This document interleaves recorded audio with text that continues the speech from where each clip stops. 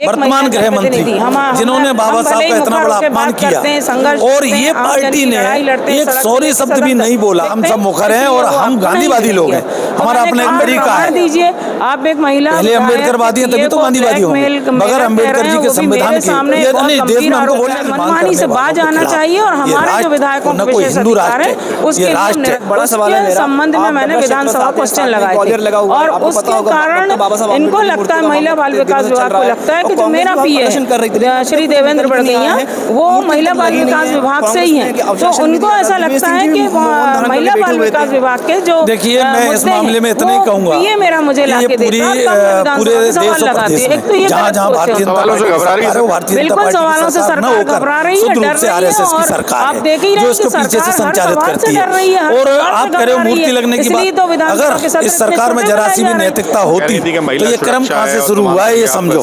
सबसे पहले बिल्कुल महिला देश की बात ही है। देखिए एक वर्तमान गृह मंत्री जिन्होंने बाबा साहब का इतना बड़ा अपमान किया और ये पार्टी ने एक सॉरी शब्द भी नहीं बोला, तो इनकी मानसिकता और मंशा ये रिमोट कंट्रोल की सरकारें हैं, ये कुछ नहीं कर सकती। इनका बस चले तो बाबा साहब को नाम मिटाने के लिए क्या क्या नहीं कर रहे। वो इनके राज्य में बाबा साहब के बारे में क्या क्या नहीं कहा जाता, एक अक्षर भी कार्रवाई होती है कहीं होती दिखती है।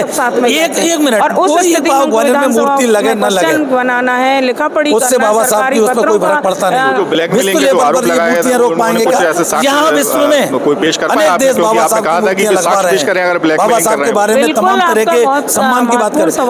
ये रोक सकते हैं क्या? अगर इनमें हिम्मत है तो रोक कर जवाब देना चाहूंगी। इस संदर्भ में जब मुझे कोई जानकारी नहीं थी और अचानक लेटर आ गया कि मेरे पीए को हटाया जा रहा है, हटा दिया गया है और वो पत्र भी कहाँ से जारी हो रहा है, महिला बाल विकास विभाग के कमिश्नर भोपाल से वो पत्र जारी हुआ और उसकी प्रतिलिपि मुझे आई। तब मैंने इस संदर्भ में बालाघाट कलेक्टर श्री मृणाल मीना से चर्चा की, तो मृणाल मीना कलेक्टर बालाघाट का कहना है कि मैडम वो तो आपको नहीं मिल सकते। नहीं बिल्कुल हम सब मुखर हैं और हम गांधीवादी लोग हैं। हमारा अपना एक तरीका है। दीजिए आप एक महिला पहले अम्बेडकरवादी हैं तभी तो गांधीवादी हो। बगैर अम्बेडकर जी के संविधान के देश में हमको बोलने का अधिकार मिलता है। अगर कहीं से कोई गलत आरोप है, अब मैं उनके बारे में कुछ नहीं कहूँगा। सबको पता है, पूरे देश को पता है कि ये क्या कर रहे हैं। तो मेरा ये कहना है और पहली बात तो अपने हिंदू राष्ट्र की मनमानी से बाज आना चाहिए और हमारे जो विधायकों को हिंदू राष्ट्र है उसके लिए निरंतर लड़ेंगे और सभी का राष्ट्र है। धन्यवाद। और हिंदू राष्ट्र की मांग करने वालों को अगर ये सरकार इतना बढ़ावा दे रही है तो हमसे ये उम्मीद क्यों कर रहे हो कि आप विरोध नहीं कर रहे? ये सरकार खुद करा रही है। सरकार इनको सरकार जेट श्रेणी की सुरक्षा दे रही है उनको किस आधार पर? अच्छा इनको किससे खतरा है?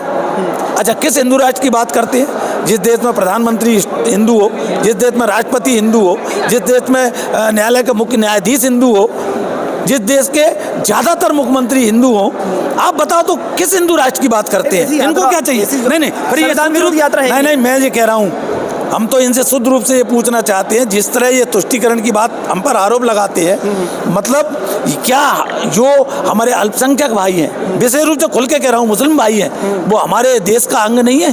बिल्कुल वो इस धरती पर उनका कोई हक नहीं है? आज़ादी की लड़ाई में उनका कोई योगदान नहीं है? तो किस आधार पे ये नकारते हैं? किस आधार पे विरोध होना चाहिए? कह रहा हूँ हम ठोक के विरोध करते हैं, डंके की चोट पे विरोध करते हैं और विरोध करते रहेंगे। बस विरोध का तरीका हमारा ये है कि ये दंगा करके विरोध करते हैं, हम शांतिपूर्ण विरोध करते हैं। धन्यवाद सर। तो हमारे सुरेश राजू जी जो हमेशा मुखर होकर बोलते हैं कांग्रेस विधायक है और एसटी वर्ग से आते हैं, तो इनका ये कहना आप क्या कहते हैं? नीचे कमेंट करके मेरा जरूर दीजिएगा।